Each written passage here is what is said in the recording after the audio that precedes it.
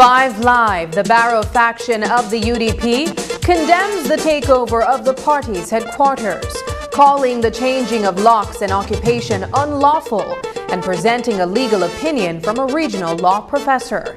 Meanwhile, the Taiwanese government has agreed to finance the construction of a new Belkan bridge. Plus, a man is brutally murdered in Red Bank. These stories and more are coming up in just 1 minute.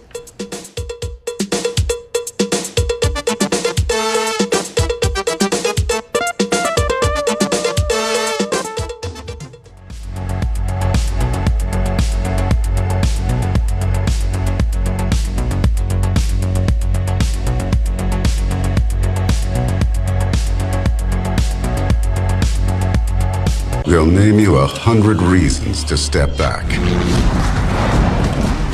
But when you achieve your goal, they will follow you. Gorilla, make some noise.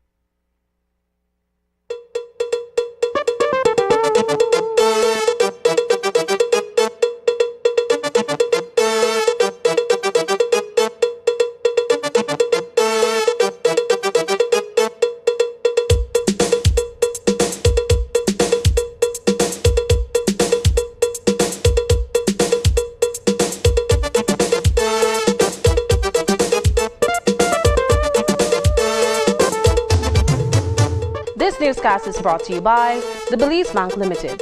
Our country, your bank. Good evening and welcome to News 5 Live for Wednesday, October 30th. I am Sabrina Daly. The United Democratic Party's headquarters saw a significant change on Tuesday morning as supporters of interim leader Tracy Panton took control of the upper floor of the building on Youth for the Future Drive. Access to the party leader's office and the conference hall was secured after the police officers assigned to the building withdrew from their posts. After the takeover, Shine Barrow, who has been ousted as leader of the UDP, called the actions of the Alliance for Democracy unlawful. In a one-on-one interview with News 5 later that day, the embattled politician announced that legal action would be taken against Panton and other alliance members for breaking into the property.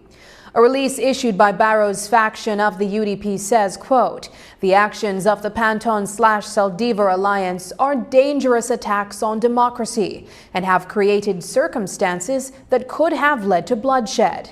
The actions of Panton/Saldivar demonstrate a frightening disregard for the rule of law and an insatiable hunger for power by any means, even if criminal or violent.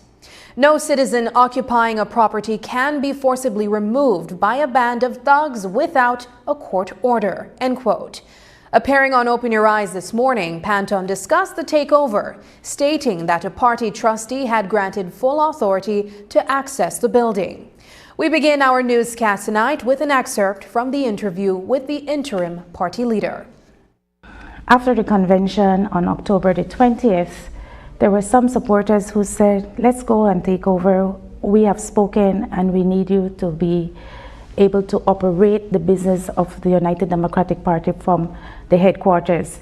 I have gone on record to say that the institution is not the building. The institution is the people, and the institution has been in place for 51 years because of the people. But the building is iconic. It is symbolic to the United Democratic Party. And I was clear in my mind, and the leadership team was clear in our minds, that we would do things properly and legally. And so we had done the research. We knew who the trustee of the property was. And after the convention, we met with the trustee to ensure that the trustee would afford us the opportunity to access and occupy the building for the work of the United Democratic Party. And that's what happened on Monday. We had the full authority to access the building. I believe that the delegates, most of the people who were out there were delegates to the national convention. The police was there indeed, but I really felt that the police, in my opinion, operated outside of their authority to a large extent. The role of the police officers was to ensure that there is law and order and that we maintain the peace. And there really was no reason to have, I think I was guarded by 25 police officers. Wow. That day, from all different units of the police department. When we spoke with Barrow on Tuesday, the Mesopotamia area representative shared that he was keeping a cool head and turning to the courts to settle the issue. You are no longer with an office at the UDP headquarters because Tracy Panton and her team have effectively taken over the entire building, which would include Wave Radio and the Guardian newspaper. So you are essentially evicted from the establishment. How do you then proceed to do the work of the UDP, albeit as divided as it is, without having a place to call home? Well, that's why the courts will treat this matter with urgency. I'm happy that you asked that question. And so that's why we go through the judiciary. I will not allow anyone to evoke an emotional response from myself or members, which would be dangerous and lead to harm to people. So we must allow the courts to intervene, and in the meantime we will continue to make do and continue to engage with the standard bearers and the executive in the best means possible. Elsewhere in the UDP's press release, it goes on to say, quote, "The UDP finds the failure of the Compol to protect against these unlawful acts disheartening. We are reliably informed, and he conceded as much publicly, that his instructions to the police was for them to do nothing, despite the police report filed by UDP Deputy Party Chairman. Despite live video of Panton/Saldivar operatives breaking and entering the UDP offices, despite admitting to the press that the alliance needed a court order to take possession of our property," end quote. While the Barrow faction claims that the police failed to secure the property, Tracy Panton argues that the officers acted beyond their responsibilities. We are a civilized people, we're a civilized organization. We have dissent, we have differing views, but we are a UDP family. And I had no doubt that the transition would have been go as smoothly as it could and under the circumstances. But you will forgive me for throwing this in then, that it has been described otherwise as a roguish and a thuggish takeover, so to speak. Certainly not. I walked through the door. There was no breaking down of doors. We went to the headquarters with their proper authority. The documents were served to the coordinator who was in the building, Mr. Ian Jones. The door was open and I walked in. There has to be, to ensure that there is safety and security of the assets of the United Democratic Party. We, had the locks changed, which is any management would do if we don't have access to the keys. When asked about the overwhelming support for Panton's control of the United Democratic Party, Shine Barrow downplayed the turnout on October 20th, estimating it at just 800 supporters, and insisted that it doesn't validate Panton's leadership. Here's what he said about other members of the party who shifted their allegiance. People change affiliations. So 800 people that are UDP supporters, known UDP affiliates, along with other prominent members, does not change the Constitution. Out of the 40,000 or 30-odd thousand people that voted for the UDP, you can't say that 800 people will determine the future of the party. We had about 4,000 people at the National Convention last year, so that doesn't count for anything. So I don't know how 800 people gathering makes it official. It certainly says that they have 800 supporters that normally support the UDP, that may vote for them in the next general elections under the AFD banner. If you feel that illegal activities, if you feel that criminal activities, acting outside of the law, not using the law to say, listen, we have rights, the UDP is not respecting our rights, courts, please, let's set this straight. Which is what we are doing now as a party. We are at a crossroads. We could take back the headquarters by force, but I believe that would be irresponsible and dangerous and lead to people getting hurt. Today, the leader of the opposition called on his international legal connections to support his stance on the ownership of the UDP headquarters. Shine Barrow held a press briefing with attorney-at-law Dr. Christopher Malcolm, who is also a senior lecturer and the director of the Mona Law Institute unit. Dr. Malcolm, who describes himself as an interested observer in this situation, shared his legal opinion that Philippa Griffith Bailey does not have the authority to allow Tracy Panton and the Alliance for Democracy to take control of the UDP headquarters through a transfer instrument. According to Dr. Malcolm, the UDP is the rightful owner of the property based on the land title. from a legal perspective, the UDP is an unincorporated association.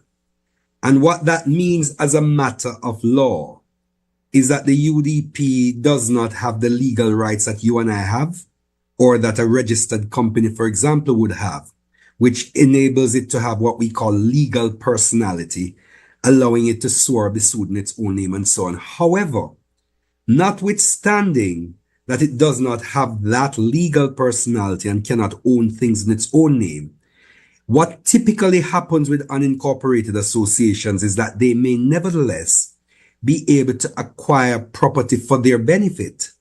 But when that happens, it is ordinarily done in the name of an office holder in a representative capacity, not with the office holder attaining any personal right, but instead doing so for the benefit of the membership of the association.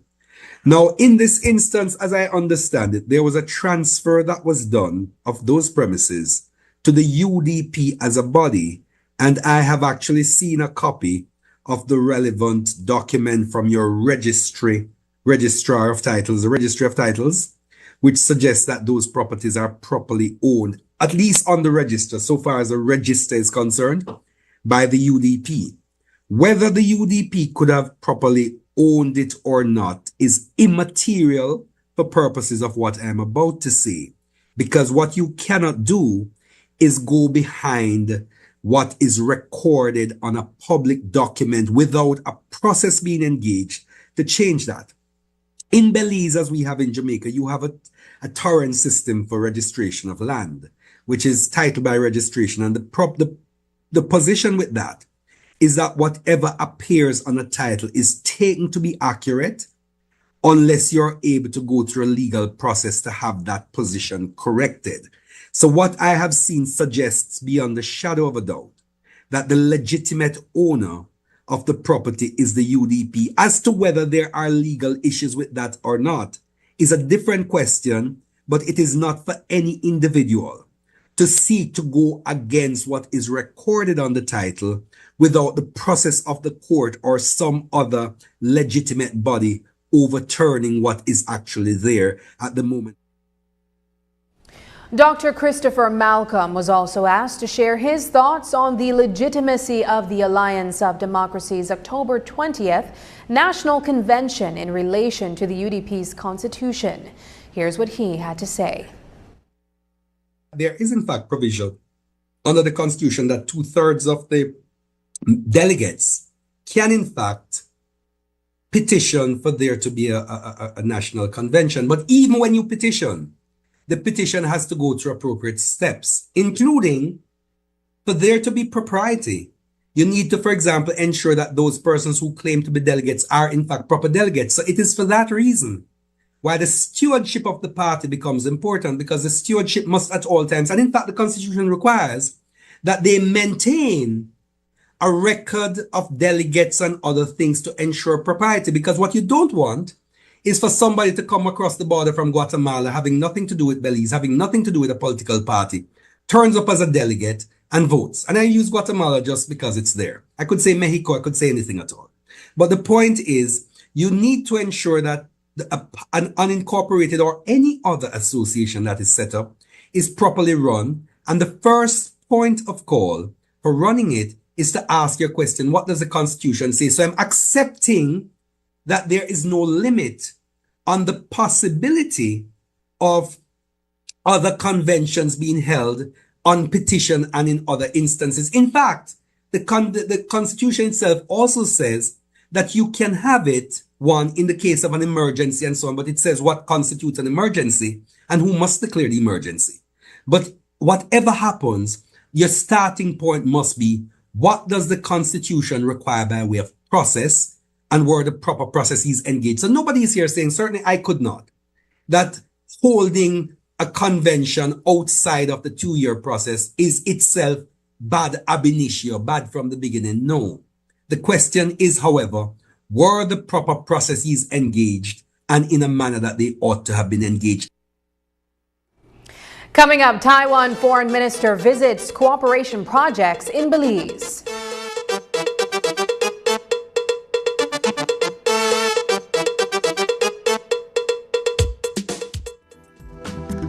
As motorcyclists, we know the thrill of the open road, but improper overtaking can result in severe injury or worse. It can shatter your life and dreams. It can shatter the emotions of the people you love. Or, in the best case scenario, you're left with a hefty fine. Driving recklessly is not worth it. Follow the rules of the road and stay alert. Safe overtaking leads to a smooth journey. Choose patience and safety over impatience and recklessness. It can make all the difference. A message from the Second Road Safety Project and the Caribbean Development Bank. My name is Hermine Vega. El Patio Grill has been using Belize Bank for over 25 years. We only use Belize Bank at our restaurant. That's why we were able to win this trip to Europe. I had never been to Europe. We found out it was Madrid and we were excited and we went to this football match. The teams reached before the game and everybody was just outside, you know. You can't explain it. The noise just roared like 3 blocks down the street. But when you got in there and you saw 70,000 people in there, that was amazing. I couldn't believe it was happening. I had to pinch myself to make sure it was real, you know, because it's a one-in-a-lifetime experience, I'd say. My lucky plus one was my son. He's 18 years old, so he was really excited and he enjoyed it as well. He said it's his best trip ever, so it's a priceless experience that we got. Belize Bank has always been there for me. Whatever transactions or whatever I need to do, they're always there for me. I would recommend everybody to use Belize Bank. It's the oldest bank in our country and they continue to do their best.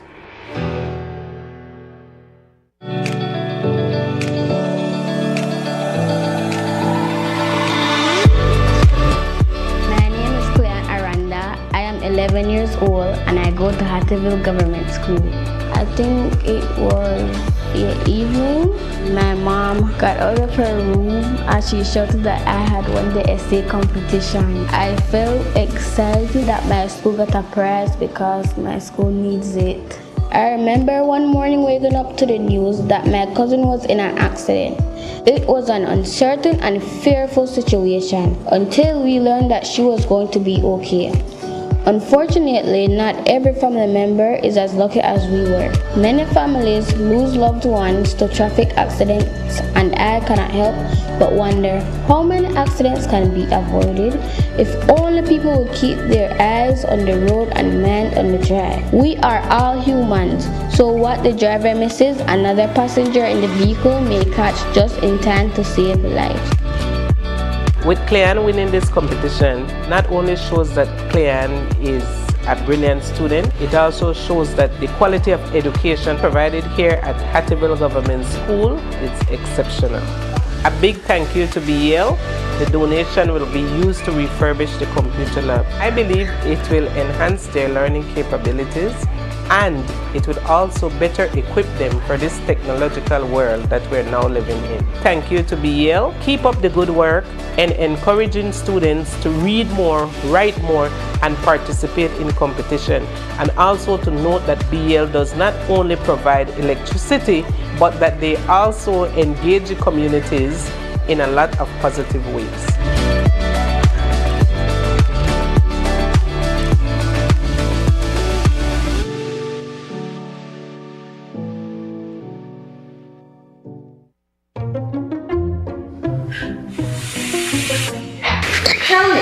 What about I today?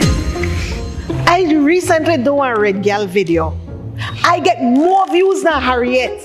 And you know one person had the nerve to post that I am not even a Red Girl? I mean, like, what that mean anyway? Well, here what about me? Every time I go buy meat pie, and I go, so, nothing in there. Nothing.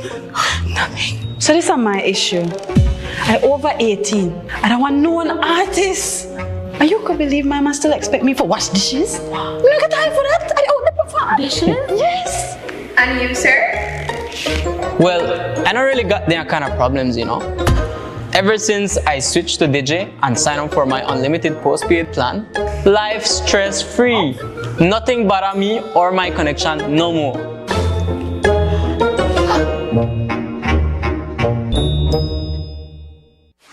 Are a dynamic and charismatic personality with a passion for storytelling?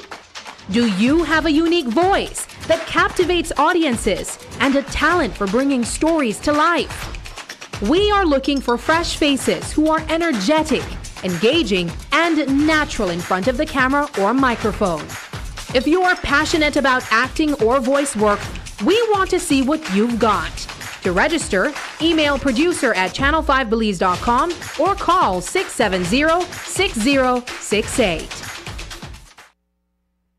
The Republic of China Taiwan's Foreign Minister, Dr. Lin Chai-lung, is on an official visit to Belize. Today, Prime Minister John Briceño welcomed him with a breakfast meeting in Belize City. Afterward, they headed over to the Belkin Bridge on Central American Boulevard. On Tuesday, Dr. Lin Chai-lung announced that his government has agreed to fund the bridge's replacement. The delegation then traveled to San Pedro town to visit the construction site of the Taiwan-sponsored San Pedro Cocker General Hospital. News 5's Paul Lopez has the details. This morning, Prime Minister John Briceño and Minister of Foreign Affairs Francis Fonseca hosted a breakfast meeting with Dr. Lin Chai-lung. Afterward, they took him to visit the Belkan Bridge. On Tuesday, during a press conference in Belmopan, Dr. Chai-lung announced that the Taiwanese government has approved funding to replace the Belkan Bridge in Belize City. Taiwan's foreign minister got a first-hand look at the rapidly deteriorating structure. The delegation then traveled to San Pedro to visit the construction site of the Kikoker San Pedro General Hospital, a $33 million project funded by the government of the Republic of China, Taiwan. One of Prime Minister Briceño's key policies is to improve health services for the Brazilian people. Because President Lai Ching-te is a medical doctor, he strongly support this project. So, and after extensive consultations and the preparations by the governments of Belize and Taiwan, the San Pedro Hospital project was launched earlier this year. And both our countries understand that health is integral to the quality of life and attach great importance to this project. I am keen to see the construction site for myself on this visit. In his remarks, Prime Minister John Briceño noted that Taiwan is one of Belize's greatest allies. He compared Taiwan's geopolitical struggles to the border dispute between Belize and Guatemala. Our support for Taiwan is unshakable. It is a strong relationship that we have built for the past 35 years. But it is a relationship that's built on a principle of the right to self-determination. If we did not have that opportunity as a country, we would not be here today as an independent country. Because likewise, we have a big country. It's not as big as China, but it's a huge country compared to us. We're 400,000, they're at about 18 million. And for over all these years, they have had this unfounded claim over Belize. But we are very happy that through diplomacy, through building relationships between both countries, between the leaders and the leadership, that even Guatemala is now prepared to say, okay, let's try to settle this difference or this referendum or the border peacefully. Notably, Belize and Guatemala are the only two Central American countries that are diplomatic allies of the Republic of China, Taiwan. Minister of Health Kevin Bernard was also at the site visit this morning. He shared his thoughts on what the new hospital and Taiwan's support for this project means for Belize. This new hospital, of course, represents progress and a commitment to improving the health and well-being of everyone who calls the island home, as well as the many visitors who come here. No longer will residents need to travel to long distances for essential medical care. From emergency services and maternity care to routine checkups, this facility will provide accessible, high-quality health care right here in San Pedro. The hospital will be staffed by a dedicated team of doctors, nurses, and medical professionals who will work tirelessly to ensure each patient receives the best care possible. Belize Rural South Area Representative Andre Perez emphasized how grateful the residents of San Pedro and Keycocker are for the support from Taiwan's government to construct the health facility. This hospital will be serving as much as 30,000 people here in Keycocker and San Pedro, and as well as tourism that it swells at times for the busy season. I can tell you that this building, I am being kept abreast on a weekly basis, that this building is being built correctly, in tune with climate change, building a building that is so resilient that will be able to withstand hurricanes. So, to update you, this building that we're building here is going to take approximately about 3 years or so, and I'm keeping in touch right now that you will see the inspection right now that we are well on the foundations being built. But the people here are very grateful because as we grow, this infrastructure of this community that is growing so fast, the most important component here is a hospital. And your government and our government have done the right thing by choosing something that is critically important for this community. Reporting for News 5, I am Paul Lopez. While Taiwan's Foreign Minister Dr. Lin Chai-lung announced his government's funding for the Belkin Bridge replacement, over in Bermudian Landing, a team from the Ministry of Infrastructure and Development and Housing had to spring into action today. Incessant rains had compromised a section of the road on the northern approach to the bridge. Minister of Infrastructure Development, Julius Espat, explained that they responded immediately upon receiving the call. The guys are on the ground right now dealing with that situation. We have them once in a while all over the place, culverts that collapse here and there. Wear and tear, flooding, we deal with it 365 days a year. Because it's raining, the media is a little bit more focused on these situations, which is understandable. But it's what we do.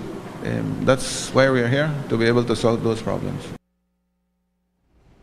Today, representatives from the Ministry of Infrastructure Development held a workshop with officials from the Inter-American Development Bank, the Caribbean Development Bank, and other international financial institutions to discuss the procurement processes they must follow.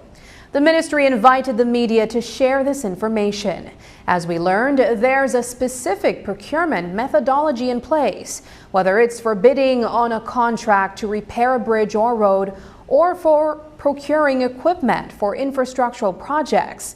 News 5's Marian Ali stopped by and filed this report. Major infrastructure projects like the Haulover Bridge are built to last for decades.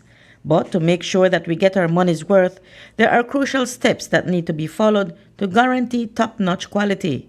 And today's MIDH workshop aimed to look at these kinds of issues. The design has to be properly done, so that's one phase. If you have a good design, more than likely you'll have a good end product. So the design phase is very important. The contractor has to be a contractor of experience and that has done the work well over time. And then you have your warranty period, whereas if there's, some other people call it the fixed liability period, there is a time, normally it's 6 months, 1 year, that you can make sure that the contractor takes care of any problem that happens within the contract. Contracts that are high risk, high value, they actually come to the bank for our review and no objection. So we are intricately part of that process. Quality of work is just one piece of the puzzle that lending institutions consider when their partners enter contracts. How contracts are awarded is another crucial aspect. Douglas Fraser, head of procurement for the Caribbean Development Bank, says that concerns can be formally lodged if there is any suspicion of foul play in the awarding of contracts. We have a complaints process that's hardwired into our framework. The complaints escalate, first of all, to the government here, and then they can be escalated to the bank. And we have an independent office of integrity, compliance and accountability that deals with any of the, as you put it, hanky-panky or integrity issues. And then there are penalties? Are there penalties? There are indeed. If an entity is found to fall foul of the integrity framework, the procurement procedures of the bank. Our independent Office of Integrity, Accountability and Compliance can actually debar them from taking part in future processes. So there are real teeth and consequences for integrity violations. The Minister of Infrastructure Development and Housing, Julius Espat, explained that today's workshop was designed to help the public better understand the processes involved.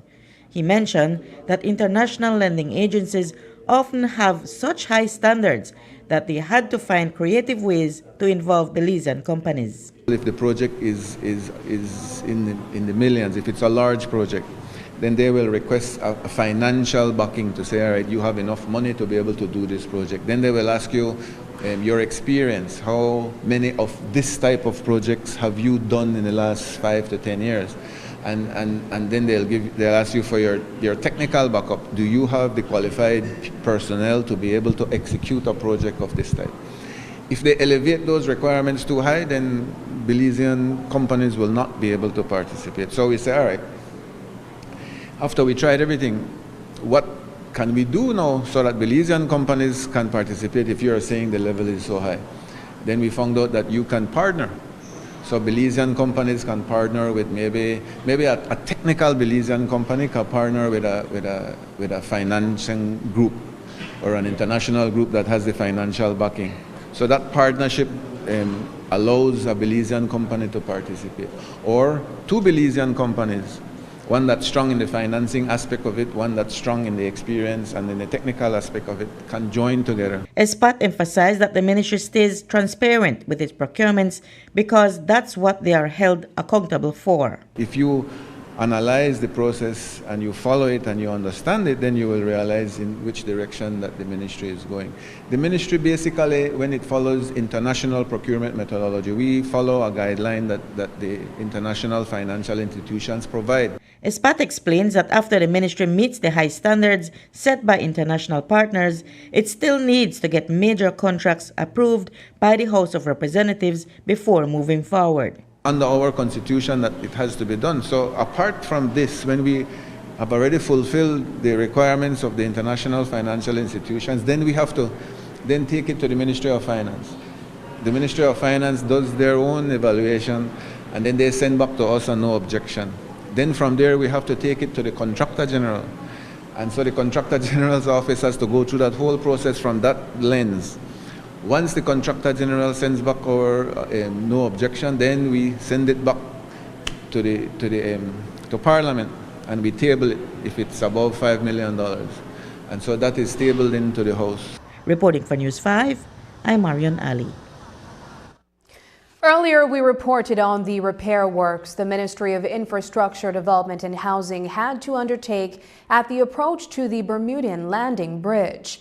The relentless rains have wreaked havoc on off-road routes, and the Sunday Wood Road is no exception. Concerned villagers reached out to the media to highlight the issue, prompting reporters to inform the MIDH. Today, Minister Espat confirmed that the matter has been addressed. We were informed, one of your colleagues from the media informed us, and we dealt with it yesterday. By 6 o'clock, the culvert was in already, and that's already dealt with. And so we thank the media for informing us. Well, Plain has one or two areas that the floods damage. And that, again, you're dealing with a road that runs through a low-lying area. Today's procurement workshop hosted by the Ministry of Infrastructure Development and Housing and international lending agencies illuminated the stringent processes that contracting parties must follow. The workshop also emphasized the transparency of contracts, which the ministry makes publicly available. However, when asked about allegations of inflated contracts, the minister explained that contracts undergo rigorous scrutiny at multiple levels before being awarded to a contractor. I don't think you can ever 100% debunk it. It is what people perceive it to be. We can only open it up as best as we can so that you can see the process and ask the questions and participate and look at the procedure, and that's why we have evaluation. When we do an evaluation of a contract, it is the engineers from the Ministry of Infrastructure, It is the financial consultants from the Ministry of Finance. It is the consultants from, if it's IDB or CDB, their people participate. So it goes through different levels of scrutiny before it is awarded. After the break, the Taiwan market opening to Belizean shrimp. But first, here's the weather update with data from the Belize Met Service.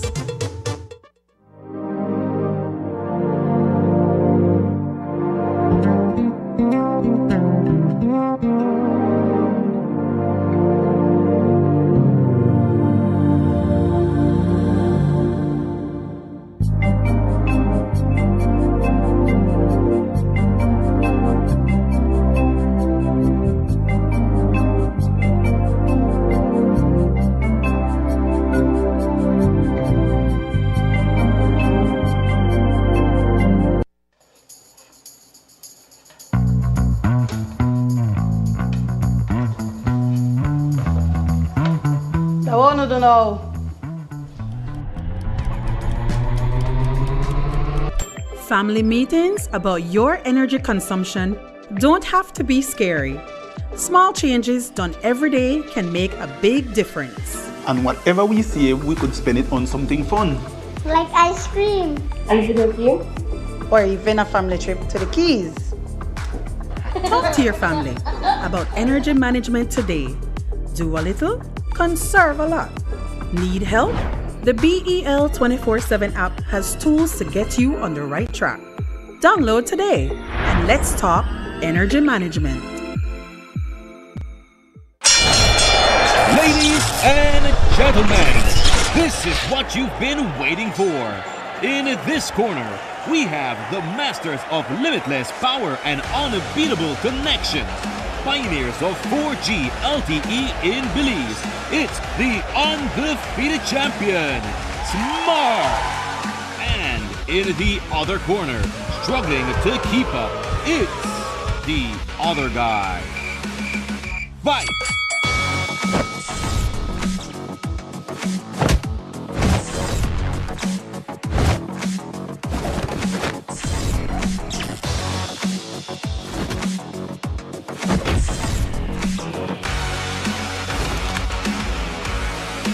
Tired of getting blow after blow from a plan with the other guys? It's time to tap out and join the winning postpaid plan provider. Smart's postpaid plans are a total knockout to the competition, and they have once again powered up their postpaid plans. Sign up for one of Smart's boosted postpaid power plans today and experience the victory of superior service. Smart, bringing people together.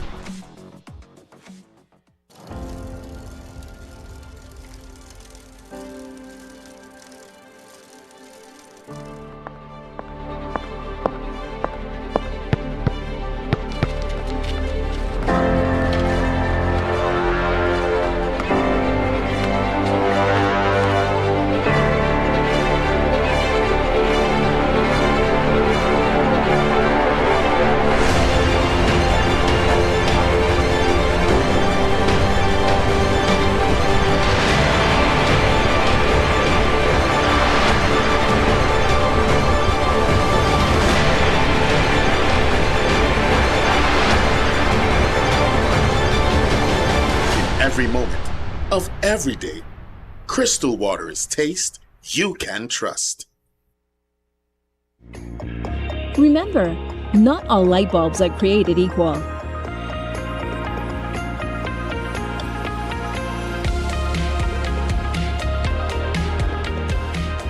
Our lighting department offers a wide assortment of light fixtures and accessories to suit your style.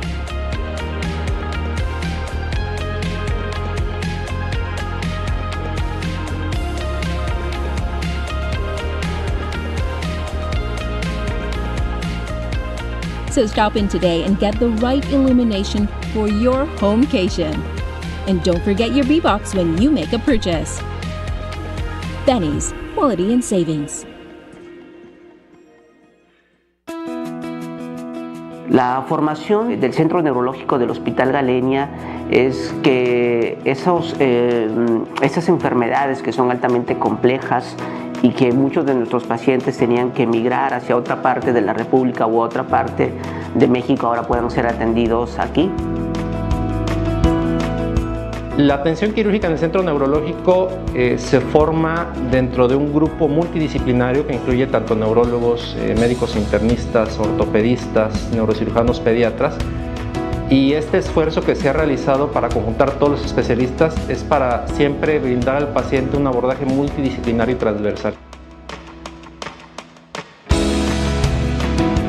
Evidentemente, mientras más rápido podamos llegar al diagnóstico de los pacientes, más rápido podemos tratarlos, resolverlos y por ende mejor resultado vamos a tener al final. Entonces creo que la prioridad y el fundamento principal de un proyecto como este es justamente eso, que no se pierda tiempo de forma innecesaria para poder al final del día llegar al mejor de los resultados con un tratamiento completo, integral y oportuno.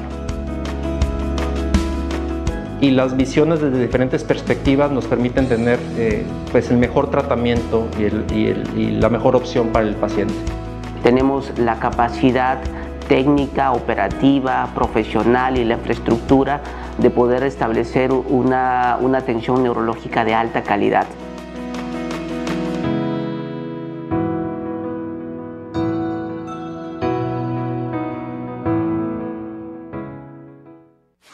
Are you a dynamic and charismatic personality with a passion for storytelling?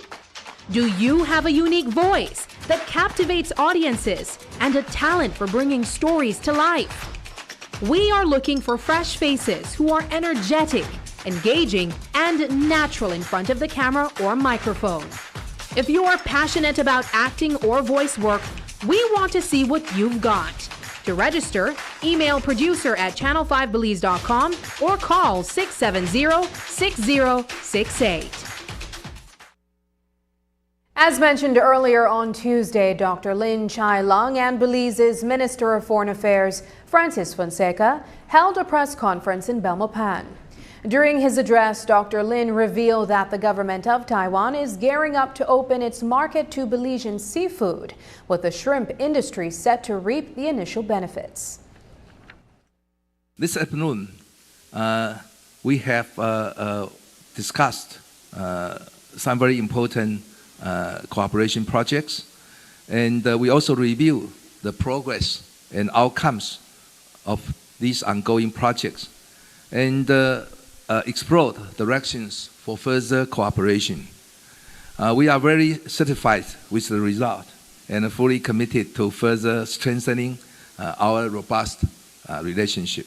For instance, I'm glad to announce that after 2 years of efforts, significant progress has been made on the issue of importing shrimps from Belize to Taiwan.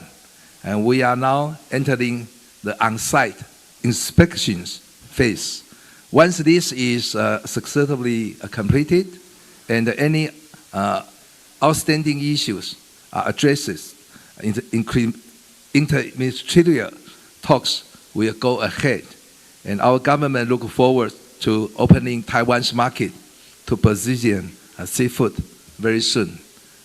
In particular, with your famous marine shops, it will make it a white shrimp from Belize very popular in Taiwan.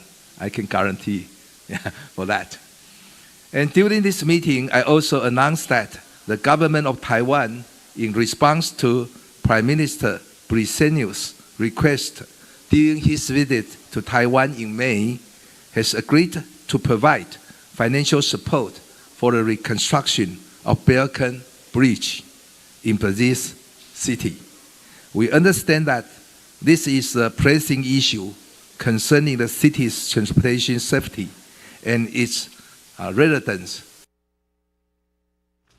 Taiwan's foreign minister also unveiled the Taiwan Ally Prosperity Project, which promises to bolster Belize's development. Dr. Chai-Lung highlighted that this initiative will enhance cooperation in various sectors, including agriculture, health, and women's empowerment, among others. Some plans as carbon credit trading and also smart agriculture and tourism, so among many others. By sharing the Taiwan experience, we will expand collaboration in areas including agricultural innovation, talent cultivation, public health, ICT, women's empowerment, clean energy, and the basic infrastructure. In particular, we will extend and even enlarge the ongoing women's empowerment program. And we also increase the fellowship program so as to have more young talent to go to study in Taiwan. Whereas we would like to encourage more fellowship recipients to return back to Belize, to help develop your great nation. So that's kinds of two-way flow in terms of talent exchanges. So it's with great joy that we celebrate our 35 years of friendship and cooperation together. As October draws to a close, the deadline for the People's Constitution Commission's PCC final report looms just 2 weeks away. However, with the clock ticking, it seems increasingly unlikely that the Commission will meet the deadline. Nearly 2 years ago, the PCC embarked on a comprehensive review of Belize's constitution, conducting a series of public consultations and preparing recommendations for the Prime Minister. In June, the Commission received a 6-month extension to complete its work and was expected to present an interim report to stakeholders on October 16th. Unfortunately, that date has come and gone without any interim report. News 5 reached out to PCC Chairman Anthony Chanona for a comment on the delay, but he declined. He did, however, inform us that the PCC plans to meet on November 4th to conduct the presentation. We also spoke with PCC Commissioner Caleb Orozco, who attributed the delay to poor time management. The commission process was to meet on October 8th, if I remember right, October 15th deadline. Now, we were all supposed to sign off on letterheads by October 30th, at least that was the original discussion. Now, there's a request for a second extension of the time to address the deficiency of developing the recommendation report. And that's problematic because if there's an exercise in poor judgment and poor management in taxpayers' resources, what makes the chair think that second extension will correct a problem of poor judgment and poor management in the first place? So that's one. Two, the issue with the recommendation really, I predicted, would be one of delays and unnecessary delays, because a lot of these things could have been fixed months ago, but they weren't. At the heart of this is getting a consultant who is struggling with keeping the deadline and making sure we have I guess, a basic functional document for us to engage. And why should the process struggle with completing a report for recommendations when there is foresight, when you have a committee of thematic chairs telling you what to do and how to do? You're giving instruction and still instruction isn't followed. So at the heart of this is what's going to happen? Will the request for second extension even go through? Because I personally don't know that Parliament moves very fast to address issues of extension, especially with mandates like these.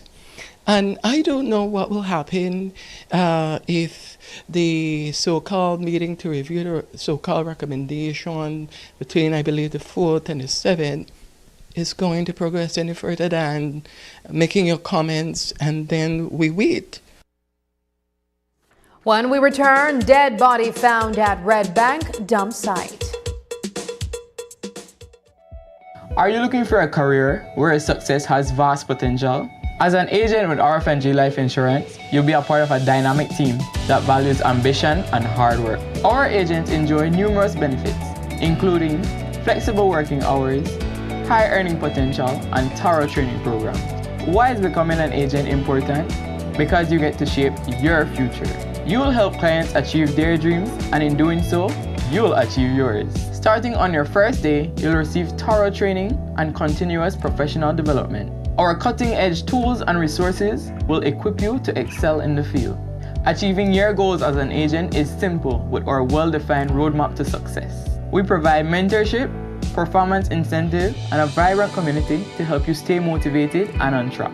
Our support network is second to none. You'll have access to experienced mentors, a collaborative team environment, and recognition programs that help you celebrate your milestones and achievements.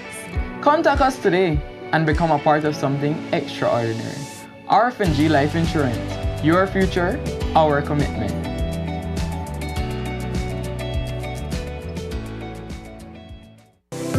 Let's take a journey through the core functions of the Social Security Board. It all starts with registering as an insured person, employer, or a self-employed individual. Sign up for a portal account to manage your Social Security information online. Just provide accurate information and click Create. This will give you access to a range of services and benefits. Next, your contribution, along with investments and other income, are collected and distributed into 3 funds. This ensures that the SSB fund is securely utilized to support various benefit programs. The SSB is committed to providing essential benefits such as sickness, maternity, injury, and pension. These benefits are paid out to eligible individuals as a part of the Social Security coverage. We help you navigate through life's challenges with financial security. Annual surplus accumulates to grow the fund each year. This surplus is invested into various industries, contributing to the growth and development of our nation. With each passing year, the fund continues to grow due to the annual surplus and interest revenue earned from prudent investments. This surplus, along with reserves, helps to bolster the SSB fund and provide a safety net for those in need. We've arrived at the end of our journey to better understanding how the SSB works. We remain committed to serving you and building a secure future for all Belizeans.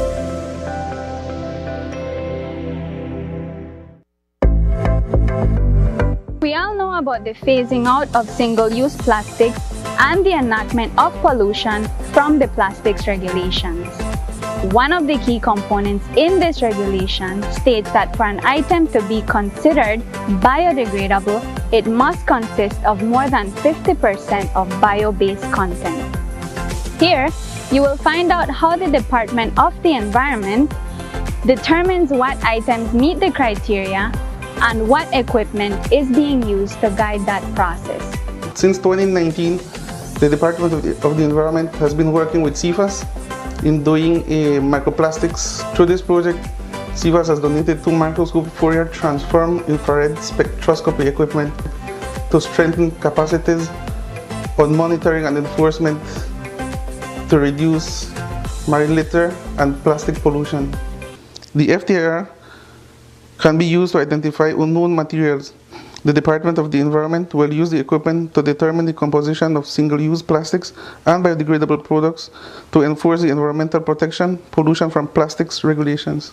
While we have a long way to go with the implementation of the pollution from plastics regulation, having this equipment is one step closer. For more information on what's being done about biodegradables and ways you can help, visit our website at www.doe.gov.bz. Ladies and gentlemen, this is what you've been waiting for.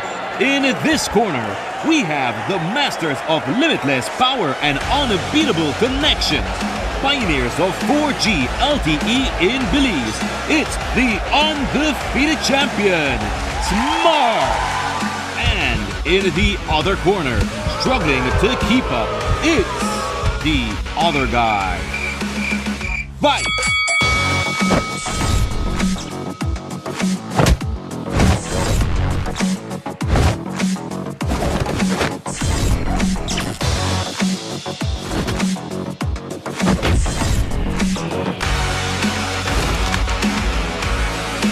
Tired of getting blow after blow from a plan with the other guys? It's time to tap out and join the winning postpaid plan provider. Smart's postpaid plans are a total knockout to the competition, and they have once again powered up their postpaid plans. Sign up for one of Smart's boosted postpaid power plans today and experience the victory of superior service. Smart, bringing people together. Are you a dynamic and charismatic personality with a passion for storytelling? Do you have a unique voice that captivates audiences and a talent for bringing stories to life? We are looking for fresh faces who are energetic, engaging, and natural in front of the camera or microphone. If you are passionate about acting or voice work, we want to see what you've got. To register, email producer@channel5belize.com or call 670-6068. Tonight, police are delving into the tragic death of a man in southern Belize. On Tuesday at approximately 3:47 p.m., officers responded to a distressing report at the Red Bank dump in Stand Creek District. Upon arrival, they discovered the lifeless body of 35-year-old Wilmer Che, bearing multiple cut wounds and discarded among the trash. Che was swiftly transported to the Southern Regional Hospital, where he was pronounced dead on arrival. As the investigation unfolds, we await further details from the authorities. On Tuesday, Belize Sugar Industries, BSI, proudly announced a record-breaking price for sugarcane, heralding a promising boost for the livelihoods of cane farmers across Belize. This increase in cane prices paints a hopeful picture for the local agricultural community. However, it's a bittersweet victory, as the global market price for sugar itself has taken a downturn, posing significant challenges for the industry. In an interview, BSI's financial director, Sean Chavarria, shared insights on how the company is proactively addressing these hurdles to ensure sustained growth and stability. We started to see prices come under pressure. And so we're not expecting a third consecutive year of record prices, unfortunately. But what we continue to have, in a sense, as an advantage is that the expansion in value-added production will help to cushion this fall in the world market price for sugar. And so by having that diversified portfolio of being able to sell more value-added sugar, that helps to soften some of the blow when prices see these dramatic fall. Prices for direct consumption sugar will also reduce, but the volatility will not be as much as raw sugar. And so we're not expecting that prices will fall to the levels we saw when the EU deregulation took place in 2017, but it will start feeling some pressure due to the fall in global sugar prices. Who is buying these DC sugars? It's actually a wide group of customers. We're currently selling these direct consumption sugars to over 25, close to 30 countries in the world. And so we're selling to a majority of the Caribbean countries presently, even the small Eastern Caribbean islands. We're selling to a number of countries in Europe. We're selling to the UK. They are one of our biggest off-takers of product. So over the past 5-6 years, we've really been able to develop and diversify that customer base so that we are able to take advantages and divert sugar to where we're seeing more attractive prices. Today, the Belize Bureau of Standards hosted an engaging familiarization workshop for key industry players involved in measuring, weighing, and quantifying goods. This initiative is part of the Bureau's mission to advance Belize's national quality infrastructure, focusing on standardization, metrology, and conformity assessment. The workshop aimed to refresh participants' knowledge as the Bureau transitions from policy development to active implementation. Director Samantha Banner emphasized the crucial role of diverse sector participation in this process. Adding an international perspective, Riccardo Benvenuti from the British Standards Institution lent his expertise to support the initiative. It's an opportunity to bring everybody together to work to develop this quality infrastructure system that will help improve the quality of life for our Belizean, one where we look beyond price, because that's always the major point, looking beyond price and looking at quality and start demanding quality in everything that is done within our country. As it relates to verification of weighing and measuring instruments, we do have a schedule where we do verification exercises. We do ensure to the best of our ability that these weighing and measuring instruments are verified, and as a consumer you can identify that we verified a weighing or measuring instrument by a sticker that we affix to that instrument. We also encourage you to look out for that sticker. If it's not there, you can always give us a call and you can let us know that your local grocery down the street from you doesn't have a sticker on their scale and you want us to come, and we come. So we have a hotline number. It's 0800-283-5587, or you can email our helpdesk at helpdesk@bbs.gov.bz. This morning, convicted sex offender Bert Vasquez made a return to the Court of Appeal after a 5-year hiatus. Back in 2019, Vasquez, unrepresented, attempted to challenge the 4-year sentence he received in November 2018 for attempted rape. However, his appeal was dismissed due to insufficient evidence. Currently serving a 10-year sentence for the forcible abduction and sexual assault of a 16-year-old girl, Vasquez is once again seeking the court's reconsideration. The specifics of his latest appeal remain undisclosed, as media access was restricted by the president of the Court of Appeals. Presenting his legal case without legal representation, Vasquez addressed Justices Minette Hafiz Bertram, Woodstock Riley, and Peter Foster, who, along with the Director of Public Prosecutions, participated virtually. The court has reserved its decision on today's proceedings, with no date set for the next session. Up next, Northern Regional Hospital responds to public officer's allegation.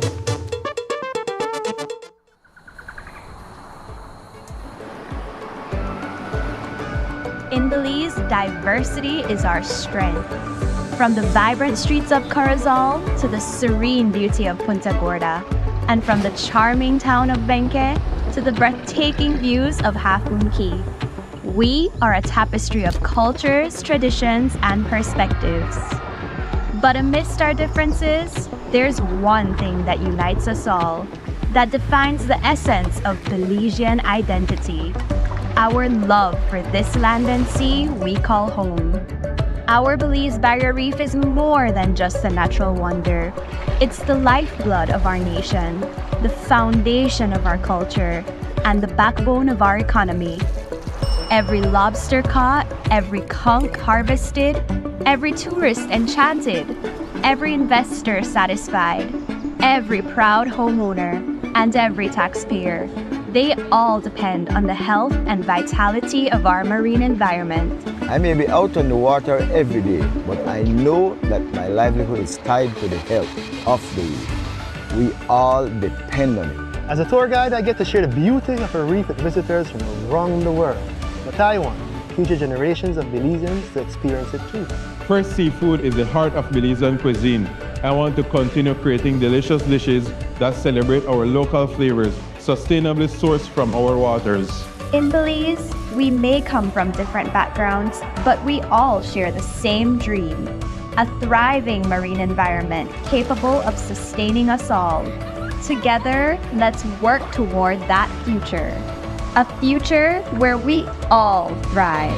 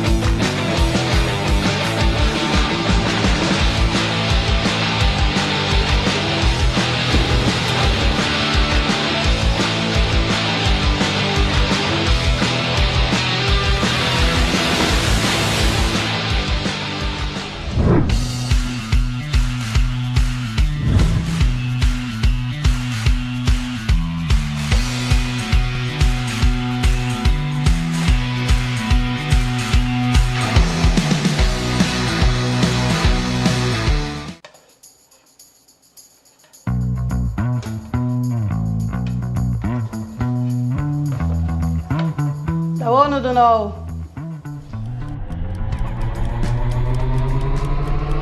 Family meetings about your energy consumption don't have to be scary. Small changes done every day can make a big difference. And whatever we save, we could spend it on something fun. Like ice cream. And video game. Or even a family trip to the Keys. Talk to your family about energy management today. Do a little, conserve a lot. Need help? The BEL 24/7 app has tools to get you on the right track. Download today and let's talk energy management. Unwrap the joy of crystal clear picture and sound from Iowa, the brand that offers you affordability and exceptional quality. Iowa has a wide range of exceptional products to choose from, such as TVs, speakers, headphones, home appliances, and much more at affordable prices that won't break the bank. Enhance your audio-visual entertainment experience with Iowa, and for your convenience, parts are readily available in country for hassle-free maintenance. You can find Iowa products at your local electronics store countrywide. Choose Iowa, the best in home entertainment and household appliances. Ladies and gentlemen, this is what you've been waiting for. In this corner, we have the masters of limitless power and unbeatable connection.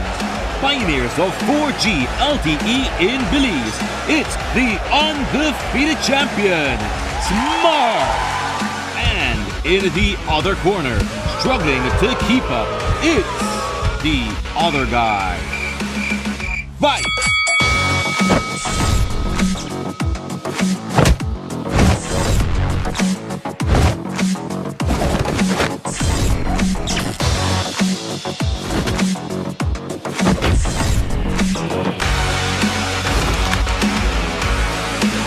Of getting blow after blow from a plan with the other guys? It's time to tap out and join the winning postpaid plan provider. Smart's postpaid plans are a total knockout to the competition, and they have once again powered up their postpaid plans. Sign up for one of Smart's boosted postpaid power plans today and experience the victory of superior service. Smart, bringing people together. On Monday night, we shared a father's distressing account, accusing the Northern Regional Hospital of negligence. He claimed he had to rush his son to a private clinic for urgent care after the public facility failed to treat him. According to the father, his 11-year-old son, who had suffered a deep gash between his eyebrows from a fall, waited over an hour without receiving any medical attention. Frustrated by the long wait and lack of care, they left the hospital. The father also mentioned seeing the medical staff chatting idly when he peeked into the ER. In response, the Northern Regional Hospital defended its actions today, stating that the child did not wait for an hour and that his vitals were taken promptly. However, by the time the medical team was ready to attend to his injury, the child was no longer there. Attempts to contact the hospital for further comments were unsuccessful, as the phone lines were reportedly down on Monday. Felix Rayburn, the regional health manager, provided their side of the story, emphasizing the hospital's commitment to patient care. We would like to empathize the client and the family for their experience. And secondly, we did a review or an investigation of the complaint, and we were not able to verify a significant portion of the statement that the individual have given to different media houses. So we verified, and the child arrived with the mother at 2:56 p.m. and they left at around 3:40. So they didn't spend an hour at our facilities. In response to no interaction with the healthcare provider, again, that was incorrect. Immediately, the child was triaged and classified as a priority case. And from there, they have a turnaround time that we work with, and they left within that turnaround time. As far as we're concerned, yesterday, we had some issues with the phone line.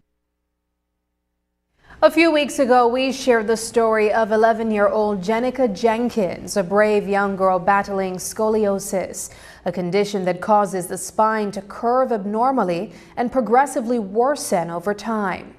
Today, there's a glimmer of hope as Jenica has received a response from Shriners Children's Hospital. Her mother, Kezia Young, is reaching out to the community for support. If you wish to help, you can contact her at 621-8940.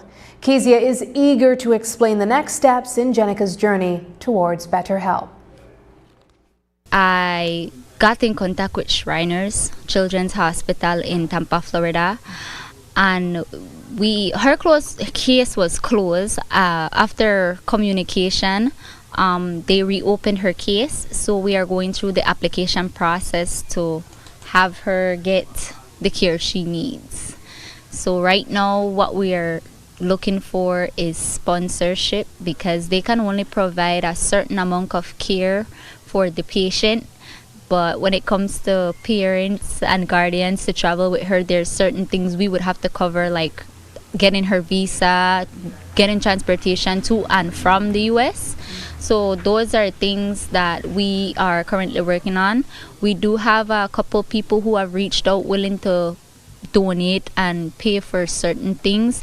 They don't want to be considered sponsors because they're not sponsoring like the whole trip, just portions of it, which we are very grateful for. We need to apply for both our visas.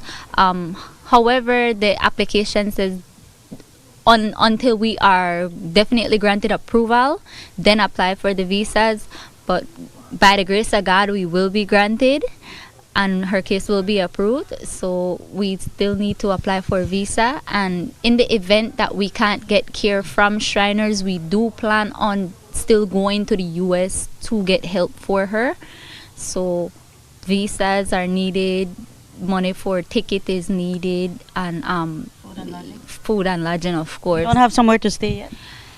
I do have family. However, families they have their own life, and things that they're dealing with right now. So my family unfortunately can't assist us at this time, but they have been donating. They have been reaching out and helping us, find places that would be reasonable, hotel-wise or lodging-wise. They're sending different information that can help towards us getting over there. We just need to finish the application process for confirmation approval. Okay. And baby, how have you been lately? How has the pain been with you? Well, sometimes when I'm trying to relax, usually my back usually hurt, and I have to get in a position where I can get comfortable, and I'm feeling okay right now, so I hope everything was going to be fine with me. And that's the news. Tonight's broadcast is available at channel5police.com, on our Facebook and on YouTube. I'm Sabrina Daly. Thanks for joining us, and from all of us here at News 5, good night.